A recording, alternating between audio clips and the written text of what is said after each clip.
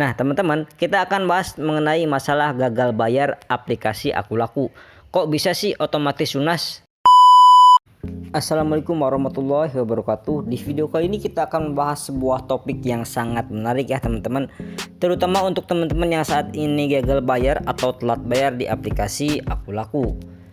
Jadi harapan saya untuk teman-teman yang telat bayar atau gagal bayar di aplikasi Akulaku saat ini tetap tenang, tetap semangat, dan jangan berkecil hati. Insya Allah semua akan baik-baik aja. Insya Allah nggak akan terjadi hal buruk apapun. Amin amin ya robbal alamin. Nah, ini ada komentar ya di salah satu channel saya. Nah, beliau itu bilang teman saya itu auto lunas setelah 1 tahun lebih pinjaman di Akulaku ya. Jadi itu si temennya itu telat bayar ya teman-teman, ya istilahnya kredit macet lah di aplikasi Akulaku. Dan setelah itu hokinya lagi dia meminjam uang itu di ACC kembali ya teman-teman. Jadi itu sudah telat atau gagal bayar di aplikasi Akulaku sudah lebih dari 1 tahun teman-teman. Nah, kok bisa begitu ya teman-teman? Bukannya harusnya kalau udah pernah gagal bayar itu sulit sekali untuk bisa pinjam uang lagi, atau bahkan mungkin auto lunas aja itu sudah sangat sulit sekali. Dan benar-benar ya mungkin teman-teman beruntung dan rezeki teman-teman, utang teman-teman itu dianggap lunas. Jadi mungkin Akulaku tutup buku, atau mungkin ya hutang teman-teman itu diganti sama asuransi. Itu bisa jadi kemungkinannya seperti itu ya teman-teman. Tapi kan itu kan perbandingannya mungkin 1 dibanding 1000 ya teman-teman. Jadi ya dari sekian banyak orang mungkin 1 orang yang dilunaskan seperti ini. Kenapa hal ini terjadi?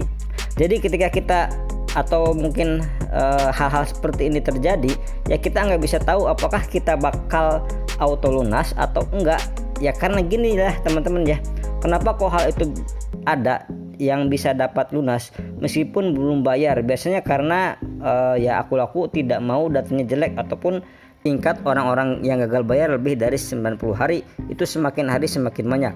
Pastinya kalau hutangnya nggak seberapa, hutangnya juga nggak lebih dari misalkan puluhan juta, terus kemudian kemungkinan orang ini bayar, maka tim analisis Akulaku pasti akan ngasih info ya, mending orang ini di auto lunasin aja, mending orang ini diputihin aja datanya. Itu bisa jadi karena ya kalau enggak bayar, selain rugi uang, Akulaku secara data juga rugi secara performa ya teman-teman.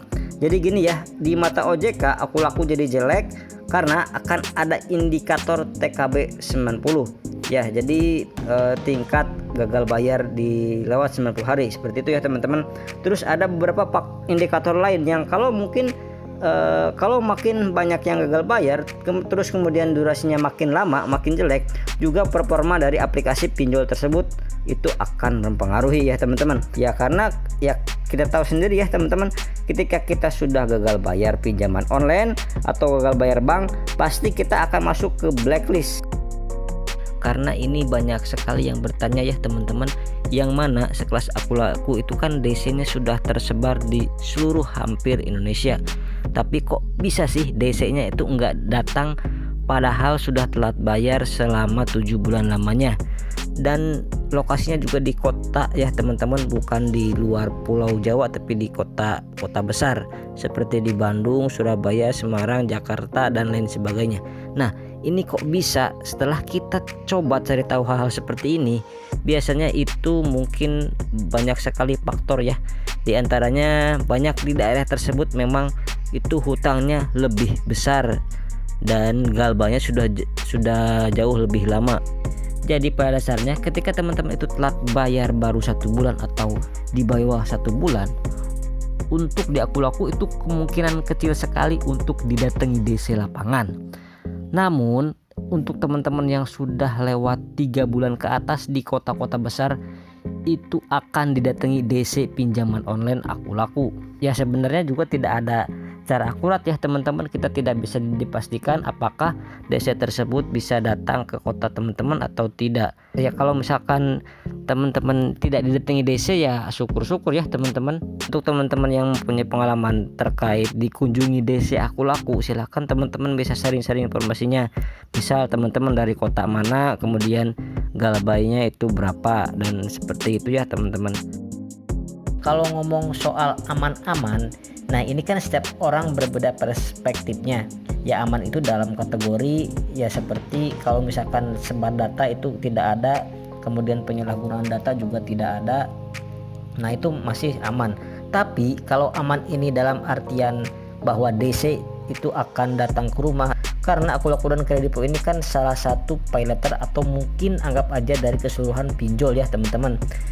Dan ini juga ada ya teman-teman, dari Jakarta itu baru telat 1 bulan sudah didatangi DC dari Akulaku ke rumah. Jadi untuk kedatangan DC itu random ya teman-teman, ada yang di atas 1 bulan, ada yang 3 bulan, itu tergantung lokasinya sih sebenarnya ya teman-teman. Dan informasi yang saya dapatkan dari teman-teman yang sudah gabay di pinjol Akulaku Kredivo itu DC-nya tuh sopan-sopan, baik-baik. Jadi mereka itu kan DC yang sudah mempunyai sertifikat ya teman-teman, bukan DC abal-abal. Kadang banyak yang berpikir, wah ini perasaan DC tersebut itu galak dan kasar, padahal tuh enggak ya teman-teman. Nah jadi untuk teman-teman itu enggak perlu takut akan diingatkan oleh DC. Anggap aja DC itu datang ke rumah teman-teman itu untuk silaturahmi aja, bukan berarti teman-teman harus membayar tagihan di Akulaku ataupun di Kredivo. Seperti itu ya teman-teman. Sekian dulu di video kali ini, mudah-mudahan informasi ini bermanfaat untuk teman-teman semuanya. Saya pamit, wassalamualaikum warahmatullahi wabarakatuh.